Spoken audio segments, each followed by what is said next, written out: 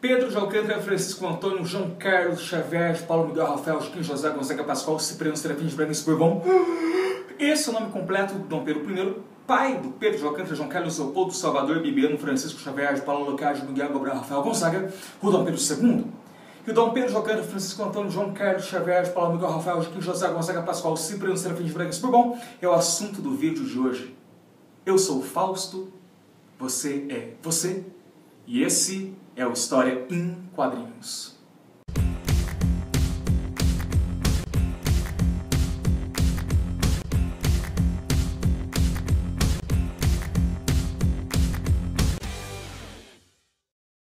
Se liga na parada, manos! Em agosto de 2004, os estúdios Maurício de Souza lançaram um especial da coleção Você Sabia sobre a independência do Brasil, com Cebolinha no papel de Dom Pedro de Alcântara, Francisco Antônio, João Carlos, Xavier, Paulo Miguel, Rafael, Joaquim, José, Gonzaga, Pascoal, Cipriano, Serafim de Bragança, Bourbon, ou, como ele mesmo diria, Dom Pedro de Alcântara, Francisco Antônio, João Carlos, Xavier de Paula, Miguel, Rafael, Joaquim, José, Gonzaga, Pascoal, Cipriano, Serafim de Bragança e Bourbon. O quadrinho também conta com a participação do seu Cebola, como Dom João VI, a Senhora Cebola, como Carlota Joaquina, o Louco, como o Louco, o Franjinha, como José Bonifácio, e no papel da Dona Leopoldina, esposa do Dom Pedro I, a baixinha mais amada do Brasil. Que a Mosquita, ela é a Mosquita. Não é a Dilma Rousseff, mas sim a Mônica. O quadrinho é composto de duas partes, e a primeira parte mostra a partida do seu Cebola, ou melhor, do Dom João, de Portugal. Naquela época, Dom João ainda não tinha o título de Dom João VI, porque a mãe dele, a Dona Maria I, a louca, estava louca, mas não estava morta. Só em 1816, com a morte da Dona Maria a Louca, é que o Dom João ganhou o título de Dom João VI. Naquela época, ele era apenas o príncipe regente. Aí, ó, bem parecido com um príncipe encantado.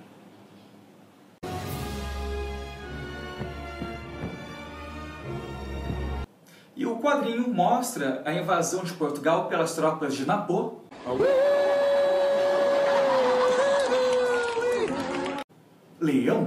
Napoleão Bonaparte. Agora vamos ver quem é Napoleão Bonaparte. Napoleão Bonaparte subiu ao poder na França em 1799 e em 1804 ele se tornou imperador da França. Em 1806, em Berlim, capital da Prússia, atual Alemanha, Napoleão Bonaparte decretou o bloqueio continental, em que ele avisou o país que fizesse comércio com a Inglaterra, ele ia invadir. Agora nós vamos invadir sua praia. Só com a vibralinha. Era uma forma de atingir a Inglaterra naquele ponto mais frágil, onde mais dói no ser humano, ali mesmo, no bolso, estrangulando o comércio inglês. Portugal não respeitou o bloqueio continental e por isso foi, invadido.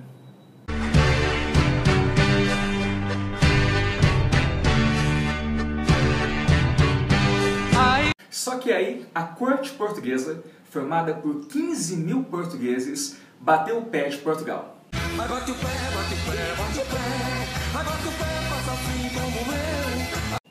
Deixou a terrinha e veio para a cidade maravilhosa, o Rio de Janeiro, que passou a ser a Nova Lisboa, sede do governo português. Era o ano de 1808, começava o período joanino, o período em que Dom João esteve no Brasil. Mas, antes de ir para o Rio de Janeiro, Dom João teve um tempo na Bahia, e foi lá que ele tomou a sua primeira medida, que foi uma das medidas mais importantes para o processo de independência do Brasil. O que Dom João fez assim que colocou o primeiro pé na Bahia? Pôs o outro, né? Senão ele caía. Ele abriu os portos brasileiros às nações amigas. Com isso, acabava o pacto colonial. Aquela coisa do Brasil só poder fazer comércio com Portugal. Agora, qualquer país poderia fazer comércio com o Brasil, desde que fosse amigo de Portugal. Somos amigos, amigos do peito, amigos de uma vez. Ainda em 1808, Dom João assinou um alvará permitindo a criação de manufaturas, indústrias no Brasil. Pouco antes de deixar a Bahia e ir para o Rio de Janeiro, Dom João fundou a primeira faculdade do Brasil, a Escola de Medicina da Bahia. Chegando no Rio de Janeiro, fundou a segunda faculdade do Brasil, a Escola de Medicina do Rio de Janeiro. Ainda em 1808, Dom João fundou a Imprensa Régia e o primeiro Banco do Brasil, o Banco do Brasil, que na época foi considerado um inesgotável manancial de riqueza. Riqueza que não acabava mais. Mas, em 1829, o Banco do Brasil faliu. Dom João também promoveu um embelezamento do Rio de Janeiro. Fundou a Biblioteca Real, a atual Biblioteca Nacional, o Jardim Botânico, o Zoológico, Casa de Banhos. Em 1810, Dom João assinou 2 tratados com a Inglaterra. Os tratados de 1810, que foram chamados de Tratados de 1810. A vinda da corte portuguesa para o Brasil foi escoltada por navios ingleses que tinham interesse em manter o comércio no Brasil. Um tratado assinado em 1810 foi o Tratado de Aliança e Amizade, que estabelecia aliança e amizade entre Brasil e Inglaterra, permitia a criação de tribunais ingleses no Brasil e também determinava que Dom João deveria proibir o tráfico de escravos, mas isso ele não cumpriu. Agora, o outro tratado era o que mais interessava a Inglaterra, o Tratado de Comércio e Navegação, que dava o privilégio para a Inglaterra pagar a taxa mais baixa para vender para o Brasil. A taxa de 15% ad valorem, 15% sobre o valor dos produtos vendidos ao Brasil, enquanto Portugal pagava 16% e os outros países mais ainda, 24%. Então, com isso, ninguém conseguia concorrer com os produtos ingleses. E isso ferrou até as indústrias que surgiram no Brasil com a assinatura do Alvará de 1808. Fora isso, em 1815, o Brasil sofreu uma evolução. O Brasil deixou de ser uma colônia e foi elevado ao status de Reino Unido a Portugal e Algarves, ou seja, passou a ser uma extensão do reino português. Isso foi feito para que o governo português tivesse reconhecimento no Congresso de Viena, algo que eu vou falar em outro vídeo. Em 1816, época em que Napoleão já havia sido derrotado e exilado, e a França voltou a ser um país amigo de Portugal, Dom João promoveu a vinda da missão francesa, artistas franceses que vieram para promover um desenvolvimento cultural e artístico no Brasil.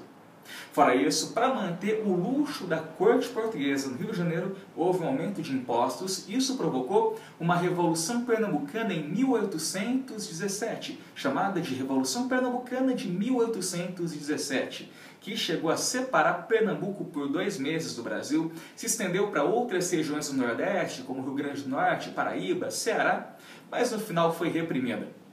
Na política externa, Dom João invadiu e dominou 2 territórios, a Guiana Francesa, que depois teve que devolver para a França, e a Banda Oriental.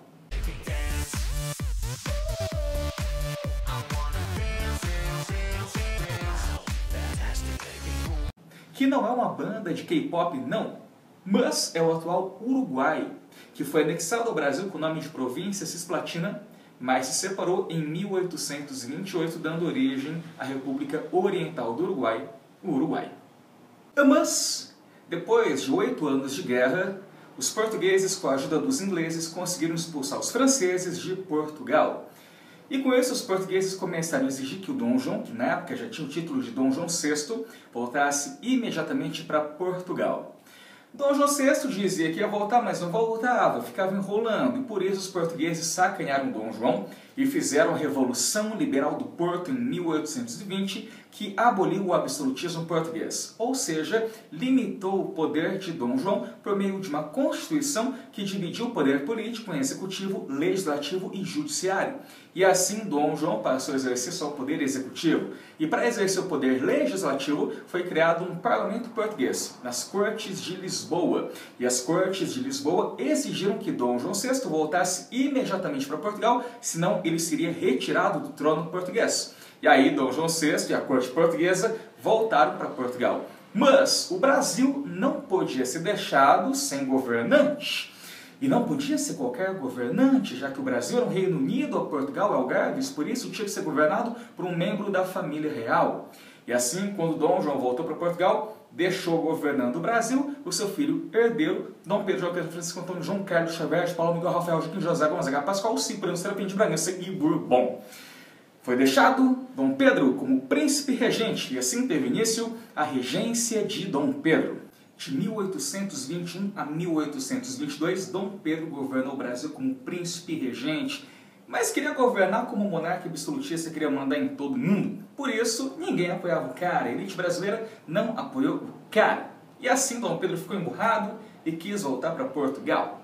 Mas acontece que as cortes de Lisboa também queriam que Dom Pedro voltasse para Portugal, porque tinham a intenção de transformar o Brasil em colônia de novo. As cortes de Lisboa queriam recolonizar o Brasil, ideia louca que no quadrinho é proposta pelo louco. Quando a elite brasileira ficou sabendo dessa intenção das cortes de Lisboa, pediu para que Dom Pedro ficasse no Brasil. E Dom Pedro ficou no Brasil.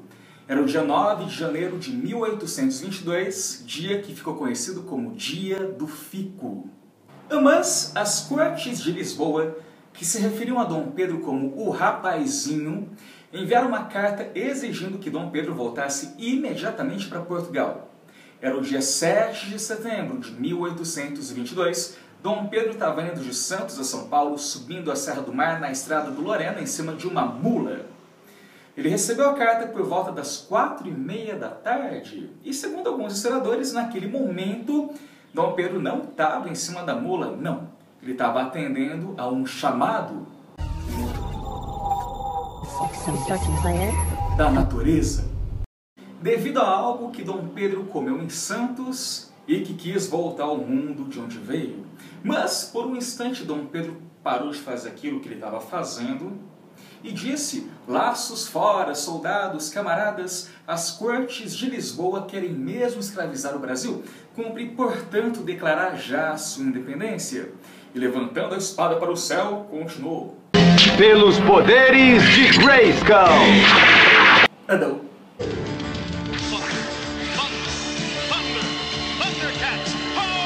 Adão, pelo meu sangue, pela minha honra, pelo meu Deus, juro fazer a independência do Brasil. Companheiros, o nosso lema de agora em diante será independência ou morte. Essa foi a independência do Brasil, um movimento elitista. E um movimento elitista é um movimento feito pela elite, e é um movimento que não promove grandes mudanças, já que a elite quer manter seu status, então é contra grandes transformações. Diferente de um movimento popular, que o povão quer mudar de vida, por isso defende grandes mudanças. O movimento elitista não promove grandes mudanças. Portanto, com a independência do Brasil, o Brasil continua um país agrário exportador, escravista e dominado por fazendeiros. É isso aí, galera, esse foi mais um vídeo. Por favor, deixe o mata-pelho pra cima, compartilhe esse vídeo, se inscreva no meu canal e, por favor, não deixe a história morrer.